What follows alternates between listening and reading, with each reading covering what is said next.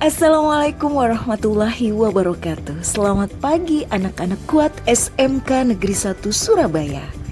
Berjumpa kembali dengan Ibu Vina dalam pembelajaran Bahasa Indonesia.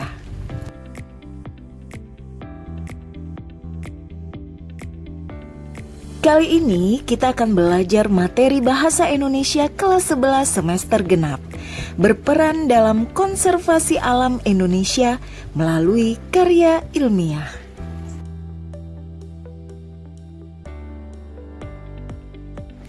Karya ilmiah memiliki peran penting dalam menyediakan bukti ilmiah untuk mendukung upaya konservasi alam.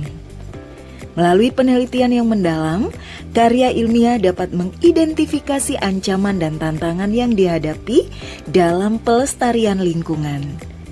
Hasil penelitian dalam karya ilmiah juga dapat digunakan sebagai dasar pengambilan kebijakan dan program konservasi yang tepat sasaran.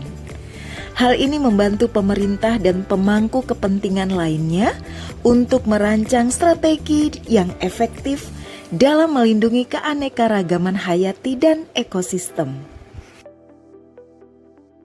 Dengan mempelajari karya ilmiah di bidang konservasi alam merupakan langkah penting untuk memahami upaya-upaya pelestarian lingkungan. Penelitian akademis ini memberikan wawasan mendalam tentang masalah-masalah ekologis dan solusi potensial untuk melindungi keanekaragaman hayati serta ekosistem yang rentan. Mengenal karya ilmiah tentang konservasi alam.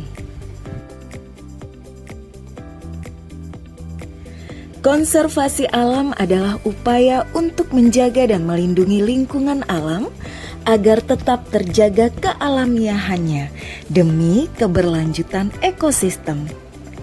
Konservasi alam juga mencakup upaya untuk melindungi keanekaragaman hayati, seperti menjaga populasi hewan dan tumbuhan yang terancam punah.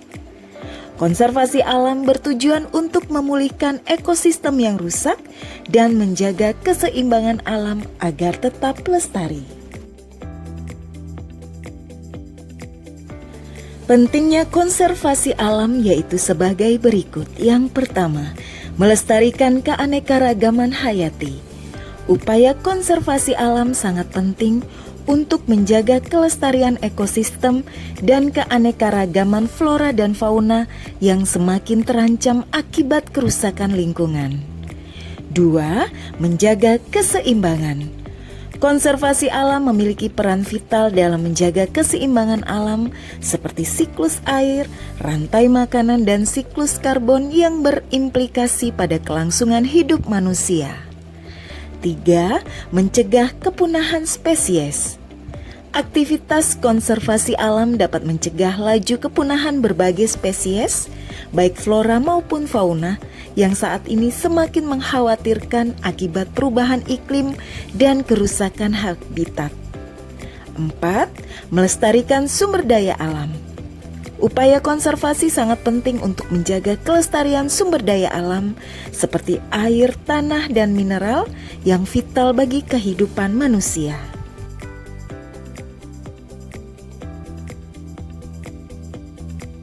Menurut Dan Rinayanti, karya ilmiah adalah karya tulis yang dibuat berdasarkan prinsip-prinsip ilmiah, menggunakan data dan fakta yang dapat diverifikasi. Karya ilmiah bertujuan untuk menyampaikan informasi, analisis, atau hasil penelitian kepada masyarakat akademik dan publik dengan cara yang sistematis dan terstruktur. Jenis-jenis karya ilmiah tentang konservasi alam yaitu sebagai berikut. 1. Artikel jurnal ilmiah. Laporan hasil penelitian yang diterbitkan dalam jurnal ilmiah terkemuka biasanya meneliti topik-topik spesifik dalam bidang konservasi alam seperti upaya penyelamatan spesies langka atau perlindungan ekosistem. 2. Buku monografi. Buku monografi adalah karya ilmiah yang membahas topik atau masalah tertentu secara mendalam, terperinci, dan menyeluruh. Buku ini disusun berdasarkan hasil penelitian atau kajian ilmiah yang dilakukan oleh seorang ahli di bidangnya. Ciri monografi terletak pada fokus pembahasan yang hanya mencakup satu bidang ilmu dengan penyajian yang sistematis dan menggunakan bahasa ilmiah. Tujuan utama penulisan monografi adalah memperkaya pengetahuan, memperluas wawasan, dan menjadi referensi penelitian atau kajian lanjutan di bidang yang sama. 3. Laporan kebijakan. Karya tulis yang menganalisis dan merekomendasikan kebijakan pemerintah terkait konservasi alam, seperti program insentif bagi masyarakat lokal yang berpartisipasi dalam pelestarian lingkungan. Penelitian dalam bidang konservasi alam menggunakan beragam metodologi, disesuaikan dengan tujuan dan ruang lingkup kajian. Umumnya mencakup observasi lapangan, eksperimen, analisis data kuantitatif, dan studi literatur untuk memahami kondisi ekosistem, ancaman, dan strategi perlindungan. Metode kualitatif juga sering digunakan, seperti wawancara dengan pemangku kepentingan dan analisis kebijakan untuk mengidentifikasi tantangan dan peluang dalam pengelolaan kawasan konservasi. Memahami struktur karya ilmiah. Sebuah karya ilmiah tentang konservasi alam umumnya memiliki struktur yang terdiri dari bagian pendahuluan, tinjauan pustaka, metodologi, serta hasil dan pembahasan. Masing-masing bagian ini memiliki fungsi dan tujuan spesifik dalam menyajikan informasi dan analisis terkait upaya konservasi alam yang dikaji. Berikut adalah struktur umum yang biasa digunakan. Yang pertama, bagian awal terdiri dari halaman judul. Judul harus ringkas, padat, jelas, dan mencerminkan isi penelitian tentang konservasi alam yang dilakukan. 2. Lembar pengesahan. Jika diperlukan, misalnya untuk skripsi atau tesis. 3. Abstrak, yaitu ringkasan singkat sekitar 250 kata mengenai seluruh isi karya ilmiah, termasuk latar belakang, tujuan, metode, hasil, dan kesimpulan. Seringkali disertai kata kunci atau keyword. 4. Kata pengantar, yaitu ucapan terima kasih dan pengantar singkat dari penulis. 5. Daftar isi, memuat urutan bab, subbab, dan halaman. 6. Daftar tabel atau gambar atau lampiran jika ada. Struktur yang kedua adalah bagian inti. Terdiri dari bab 1 yaitu pendahuluan, terdiri dari latar belakang, yaitu bagian yang menjelaskan konteks isu konservasi alam yang diteliti, urgensi penelitian, dan fakta-fakta pendukung. 2. Rumusan masalah, yaitu pertanyaan-pertanyaan spesifik yang akan dijawab melalui penelitian. 3. Tujuan penelitian, yaitu sasaran yang ingin dicapai dari penelitian mengenai konservasi alam tersebut. 4. Manfaat penelitian, yaitu kontribusi yang diharapkan dari hasil penelitian, misalnya bagi masyarakat, pemerintah, atau pengembangan ilmu pengetahuan. Bab 2. Tinjauan pustaka atau kajian teori, berisi landasan teori, konsep-konsep konservasi alam, dan penelitian terdahulu yang relevan sebagai dasar argumentasi dan pembanding. Bab 3. Metode penelitian, menjelaskan pendekatan atau desain penelitian, populasi dan sampel jika ada, teknik pengumpulan data dan metode analisis data yang digunakan dalam konteks konservasi alam. Bab 4. Hasil dan pembahasan. Hasil penelitian menyajikan data yang diperoleh selama penelitian. Sementara pembahasan menganalisis dan menginterpretasi data tersebut, mengaitkannya dengan teori di tinjauan pustaka, dan mendiskusikan implikasi terhadap upaya konservasi alam. Struktur selanjutnya adalah bagian penutup atau bab 5. Berisi kesimpulan yaitu jawaban singkat atas rumusan masalah berupa ringkasan temuan utama. Yang kedua, saran.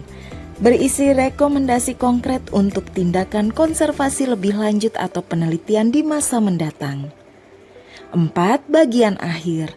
Terdiri dari daftar pustaka, yaitu semua sumber, buku, jurnal, dan lain-lain yang digunakan dalam penulisan harus dicantumkan di sini.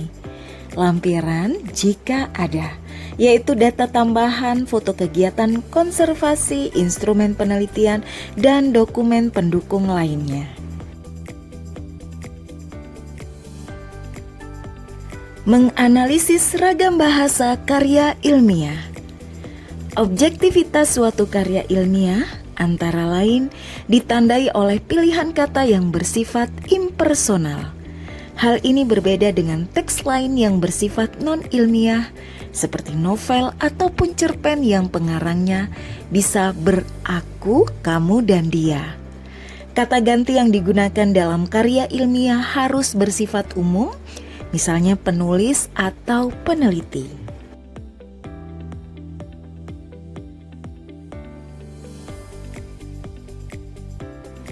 Ciri-ciri analisis ragam bahasa ilmiah yaitu sebagai berikut. 1. Lugas dan jelas. Kalimat yang disampaikan secara langsung, tidak bertele-tele dan tidak menggunakan kiasan. Makna kata harus tunggal dan tidak menimbulkan keraguan atau ambiguitas. 2. Baku dan formal. Menggunakan kaidah tata bahasa yang benar dan kata-kata baku sesuai KBBI. Penulisannya tidak menggunakan bahasa gaul atau tidak baku dan memiliki tingkat keformalan yang tinggi. 3. Objektif. Penekanan pada gagasan atau fakta bukan pada penulisnya. Penggunaan kata ganti orang pertama yaitu saya, kami harus dihindari. Penulis menggunakan gaya impersonal untuk menjaga objektivitas seperti menggunakan kalimat pasif atau menyebut dirinya sebagai orang ketiga. 4. Konsisten. Penggunaan istilah, ejaan, dan tanda baca harus konsisten sepanjang tulisan. 5. Cendekia. Mampu menyampaikan pernyataan yang jelas, terstruktur, dan logis sehingga mudah dipahami oleh pembaca serta menunjukkan kemampuan berpikir penulis secara sistematis. 6. Bebas dari ambiguitas. Menghindari penggunaan kata atau kalimat yang memiliki lebih dari satu makna. Ini memastikan bahwa pembaca tidak salah menginterpretasikan maksud penulis. 7. Ringkas dan padat.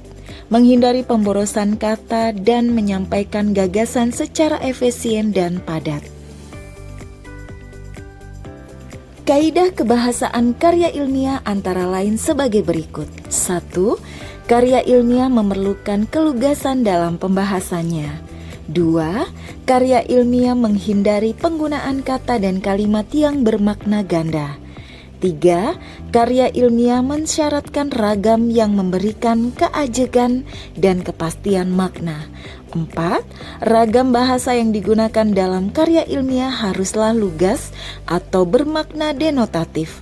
Makna yang terkandung dalam kata-katanya harus diungkapkan secara eksplisit guna mencegah timbulnya pemberian makna lain. 5. Kata baku pun perlu digunakan dalam karya ilmiah untuk menunjukkan bahwa tulisan tersebut bersifat formal. 6. Selain kata baku, kata istilah pun akan banyak muncul berkaitan dengan isi karya ilmiah tersebut. 7. Jika karya ilmiah membahas bidang pendidikan, maka istilah pendidikan pun akan sering muncul pada karya ilmiah tersebut. Karya ilmiah banyak menggunakan kata kerja mental seperti diduga, dianalisis, atau dipahami. Ragam bahasa yang digunakan karya ilmiah harus lugas dan bermakna denotatif.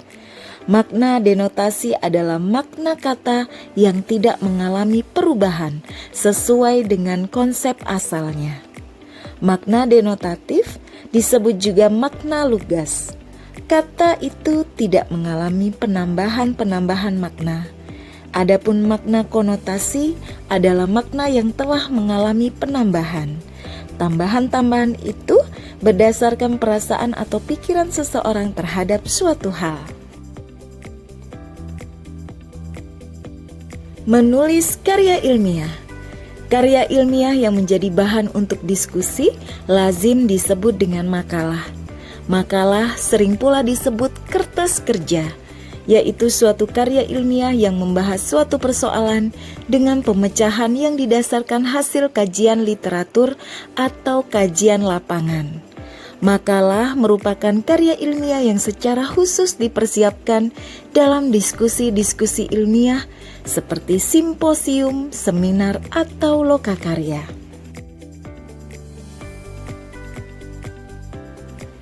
Makalah terdiri atas pendahuluan, pembahasan, dan simpulan.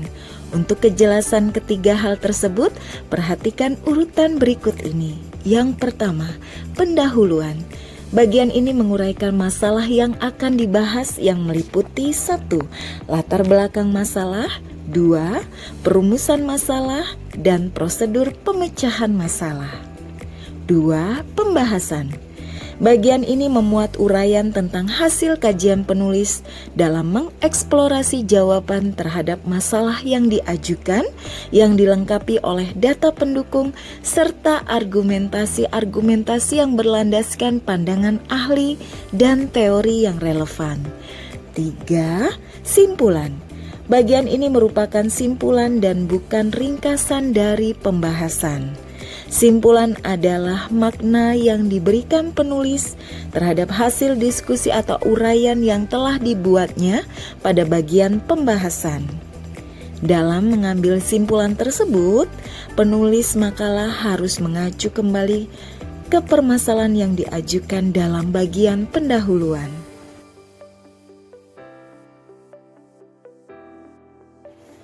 Pada bagian akhir makalah harus dilengkapi dengan daftar pustaka, yakni sejumlah sumber yang digunakan di dalam penulisan makalah tersebut. Sumber bisa berupa buku, jurnal, majalah, surat kabar, ataupun laman dari internet. Sumber-sumber tersebut disusun secara alfabetis dengan memuat berikut ini. Perhatikan dengan seksama.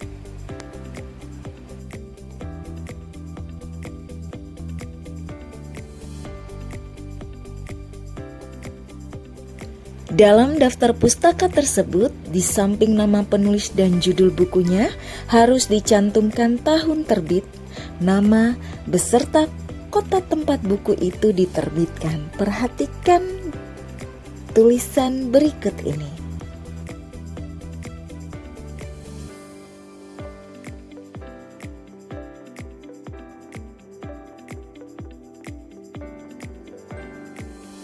Untuk menulis karya ilmiah yang baik, langkah-langkah yang harus kita tempuh adalah sebagai berikut. 1. Menentukan topik. Langkah awal menulis sebuah karya ilmiah adalah menentukan topik. Langkah awal itu lebih tepatnya disebut sebagai penentuan masalah apabila karya ilmiah yang akan ditulis itu berupa laporan hasil penelitian. Baik itu berupa topik ataupun rumusan masalah, hal-hal yang harus diperhatikan pada langkah ini adalah topik atau masalah itu haruslah 1. Menarik perhatian penulis, 2. Dikuasai penulis, 3. Menarik dan aktual, serta ruang lingkupnya terbatas. Langkah selanjutnya adalah membuat kerangka tulisan. Langkah ini penting dilakukan untuk menjadikan tulisan kita tersusun secara lebih sistematis. Langkah ini juga sangat membantu di dalam penelusuran sumber-sumber yang diperlukan di dalam pengembangannya.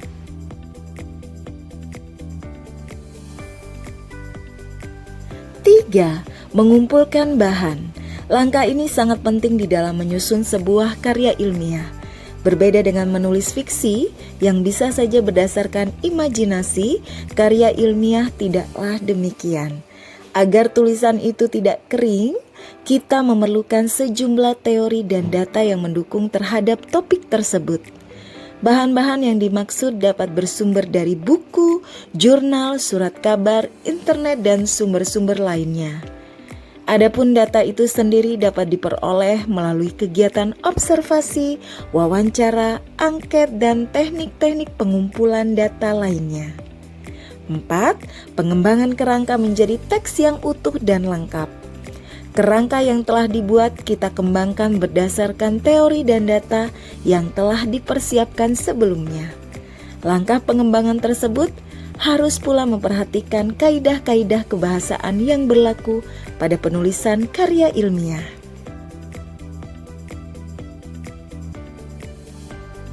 Menyajikan karya ilmiah.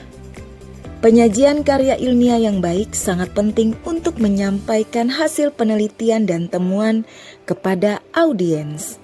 Salah satu cara yang umum digunakan adalah melalui seminar. Dalam seminar, penulis atau peneliti mempresentasikan paparan materi karya ilmiah yang telah disiapkan. Dengan presentasi, gunakan slide sederhana, grafik yang jelas, gambar relevan, dan sampaikan dengan bahasa tubuh yang percaya diri.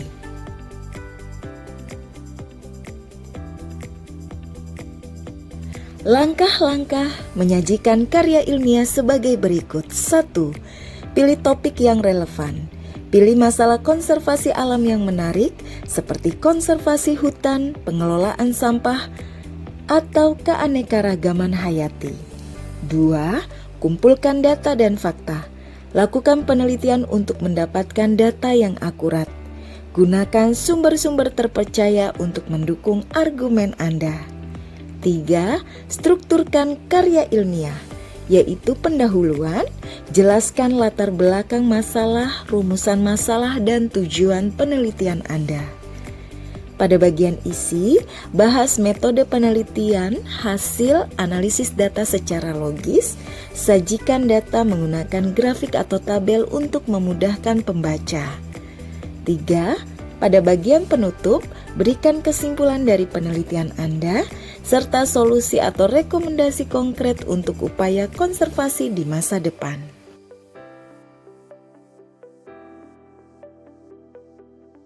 4. Tulis dengan bahasa baku. Gunakan bahasa Indonesia yang baik dan benar, serta kalimat yang efektif dengan ejaan dan tanda baca yang sesuai. 5.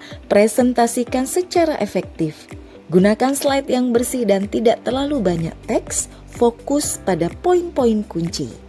2. Sajikan data dan fakta melalui grafik, diagram, atau gambar yang relevan dan mudah dipahami. 3. Saat presentasi, gunakan bahasa tubuh dan intonasi suara yang percaya diri dan meyakinkan. Demikianlah materi pembelajaran bahasa Indonesia pada pertemuan kali ini. Salam dari SMK Negeri 1 Surabaya. Kuat. Wassalamualaikum warahmatullahi wabarakatuh. Sampai jumpa.